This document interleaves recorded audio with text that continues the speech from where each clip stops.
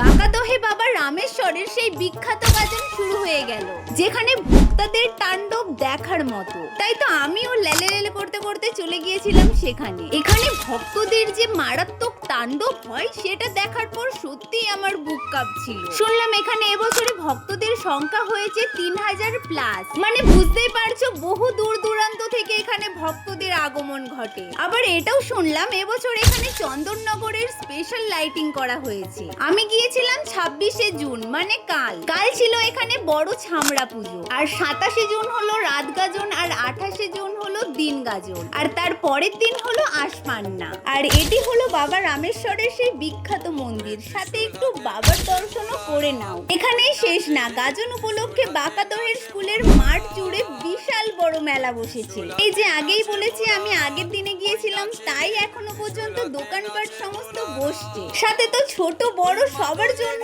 রাইডের ব্যবস্থাও রয়েছে। আর এই মন্দিরটা দেখতে পেয়েছো, এখানে দিন গাজন আর রাত গাজনের দিনে আসলে ভক্তদের শুধু মেলা দেখতে পাবে। তাহলে তোমরা যারা বাঁকাদহ বা বাঁকাদহের আশেপাশে অঞ্চল থেকে ভিডিওটা দেখছো, তারা একটু সবাইকে বেশি বেশি করে জানিয়ে দাও তো এখানকার গাজন কত বড়, সাথে কত পরিমাণে বিখ্যাত, ভিডিওটা শেয়ারের মাধ্যমে। আর যার সাথে আসবে ভাবছো এই রহস্যময় আর রোমাঞ্চকর গাজনে, তাকে ভিডিওটা জলদি শেয়ার করে দাও।